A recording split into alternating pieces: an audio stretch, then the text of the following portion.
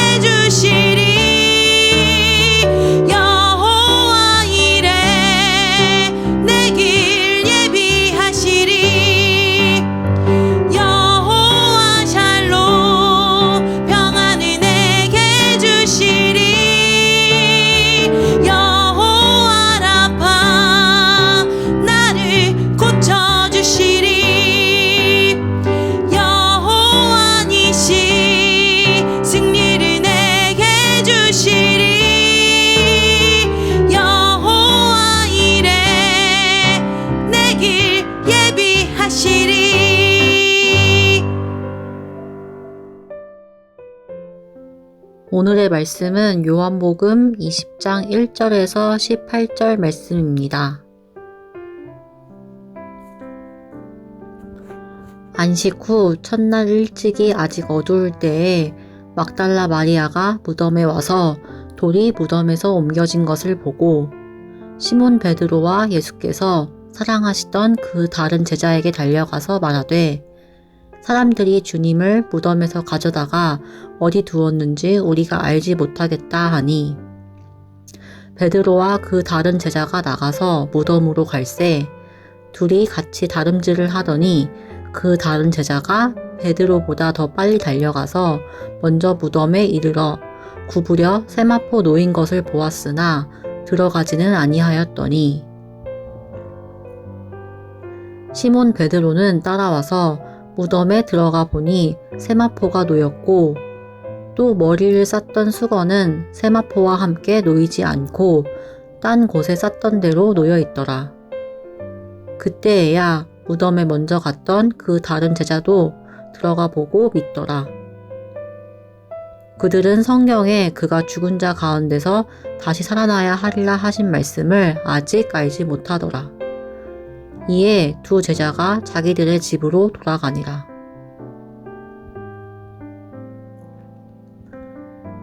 마리아는 무덤 밖에 서서 울고 있더니 울면서 구부려 무덤 안을 들여다보니 흰 옷 입은 두 천사가 예수의 시체 뉘었던 곳에 하나는 머리편에 하나는 발편에 앉았더라.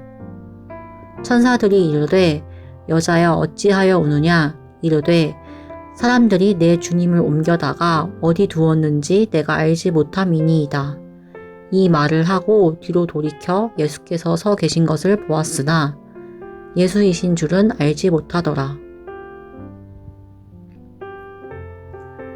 예수께서 이르시되 여자여 어찌하여 울며 누구를 찾느냐 하시니 마리아는 그가 동산지기인 줄 알고 이르되 주여 당신이 옮겼거든 어디 두었는지 내게 이르소서 그리하면 내가 가져가리이다. 예수께서 마리아야 하시거늘 마리아가 돌이켜 히브리 말로 랍오니 하니 이는 선생님이라는 말이라. 예수께서 이르시되 나를 붙들지 말라. 내가 아직 아버지께로 올라가지 아니하였노라. 너는 내 형제들에게 가서 이르되 내가 내 아버지 곧 너희 아버지 내 하나님 곧 너희 하나님께로 올라간다 하라 하시니 막달라 마리아가 가서 제자들에게 내가 주를 보았다 하고 또 주께서 자기에게 이렇게 말씀하셨다 이르니라. 아멘.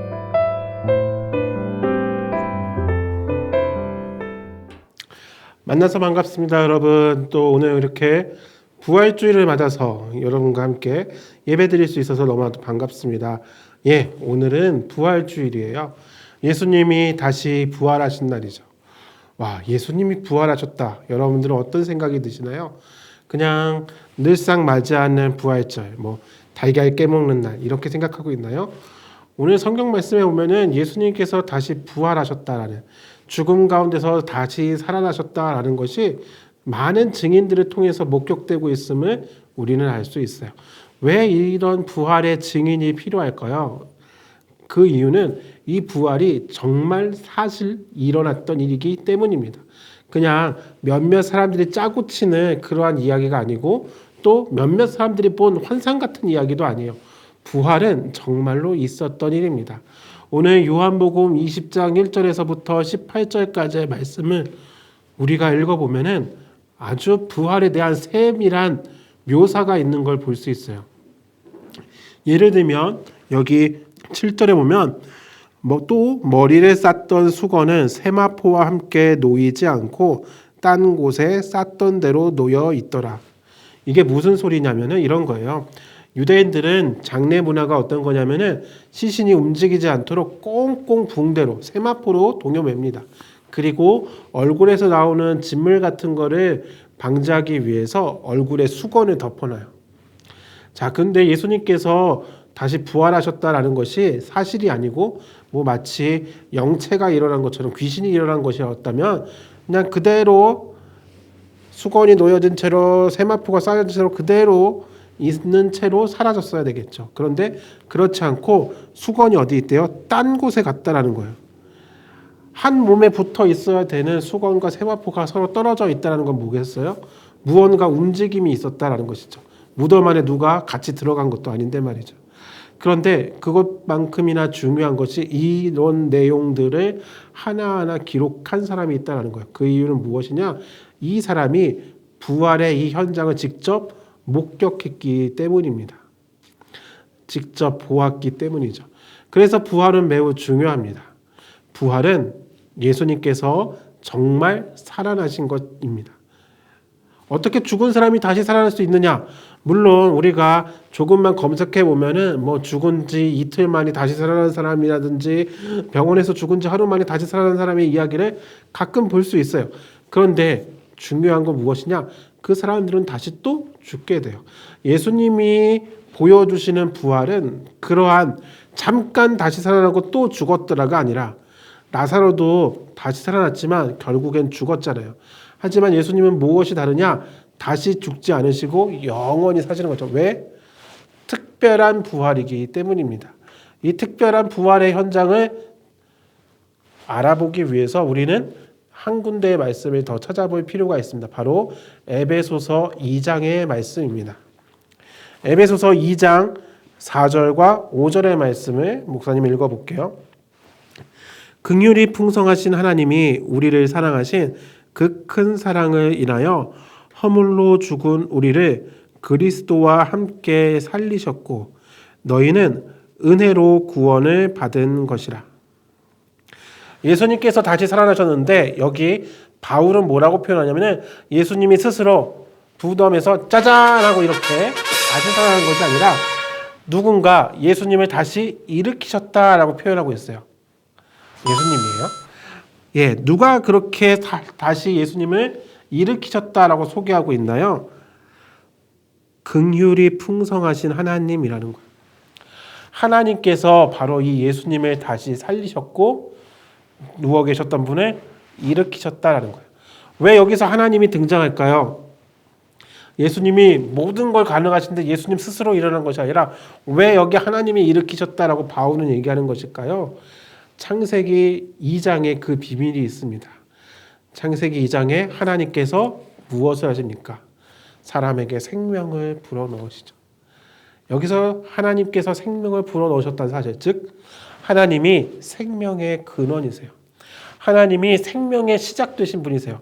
바로 그 하나님께서 예수님께 새로운 생명을 불어넣으셔서 이제는 다시는 썩어지지 아니하는 몸, 다시는 죽지 아니하는 몸으로 다시 살리신 것이에요. 예수님은 이렇게 다시 살아나셔서 지금도 하나님 보좌 우편에서 영원히 죽지 않고 살아계십니다. 우리가 경험할 부활도 바로 그거예요. 잠깐 죽었다 다시 일어나는 것이 아니라 예수님께서 부활하신 것처럼 에베소서 2장 5절에 있는 것처럼 허물로 죽은 우리를 그리스도와 함께 살리셨고 주님과 함께 살아나는 거예요. 우리가. 그래서 이 부활이 중요한 거예요. 와, 예수님이니까, 예수님은 하나님의 아들이니까, 예수님은 뭐 특별하니까 살아났어요가 아니라 예수님이 다시 살아나셨어야 하는 이유는 우리도 다시 살리기 위해서예요. 죄로 말미암아 영원히 죽을 수밖에 없었던 우리에게 예수님을 통해 새로운 생명이 시작되고 그 예수님을 믿고 따르는 자들에게 하나님이 예수님에게 새로운 생명을 주셨던 것처럼 우리에게도 새로운 생명을 주시겠다 말씀하시는 것입니다. 그래서 이 부활은 매우 중요합니다. 예수님만의 부활이 아니라 바로 우리가 누리게 영생의 부활이기 때문입니다. 예수님이 다시 살아나셨습니다. 우리를 살리시기 위하여 다시 살아나셨어요.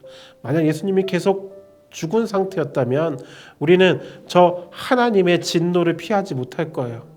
자기 아들을 죽게 하셨는데 죽은 채로 그것을 가만히 내비두실 분이 어디 있겠어요.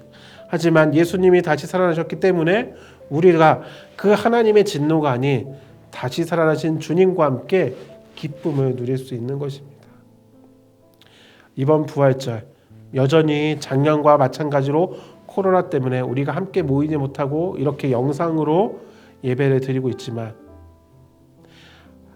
예수님은 그 영상조차도 뛰어넘어서 우리에게 새로운 생명을 주시며 부활의 기쁨을 누리게 하실 것입니다. 그러한 부활의 기쁨을 누리고 또한 이 부활을 믿으며 부활을 증언할 수 있는 서울 충신교회와 코디엠교회 친구들이 되기를 주님의 이름으로 부탁드립니다. 기도하겠습니다. 사랑의 하나님, 부활의 아침을 맞이하게 하여 주시니 감사합니다. 우리의 호흡이 자꾸만 죄짓고 하나님을 슬프게 하고 아프게 하는 그러한 숨이 아니라 주님과 함께 죽은 자 가운데서 다시 일어나서 주님께서 부활하신 것처럼 우리도 새로운 생명으로 이제는 하나님이 기뻐하시는 그러한 삶을 살 수 있는 새로운 생명을 부여받은 새로운 호흡을 하는 우리 서울충신교회와 코디엠교회 친구들이 될 수 있도록 도와주시옵소서. 그리고 이 부활의 주님을 다른 친구들에게 증언할 수 있는 증인으로서의 삶을 살 수 있도록 주님 인도하여 주시옵소서. 예수 그리스도의 이름으로 기도드립니다. 아멘.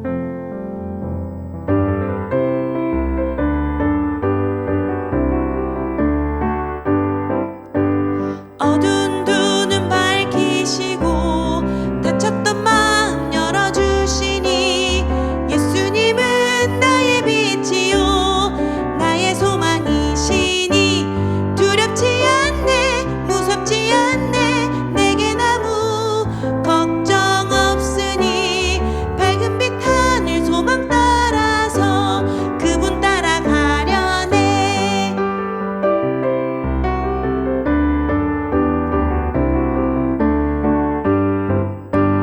어두운 두 눈 밝히시고 닫혔던 마음 열어주시니 예수님은 나의 빛이요 나의 소망이시니 두렵지 않네 무섭지 않네 내겐 아무 걱정 없으니 밝은 빛 하늘 소망 따라서 그분 따라가려네.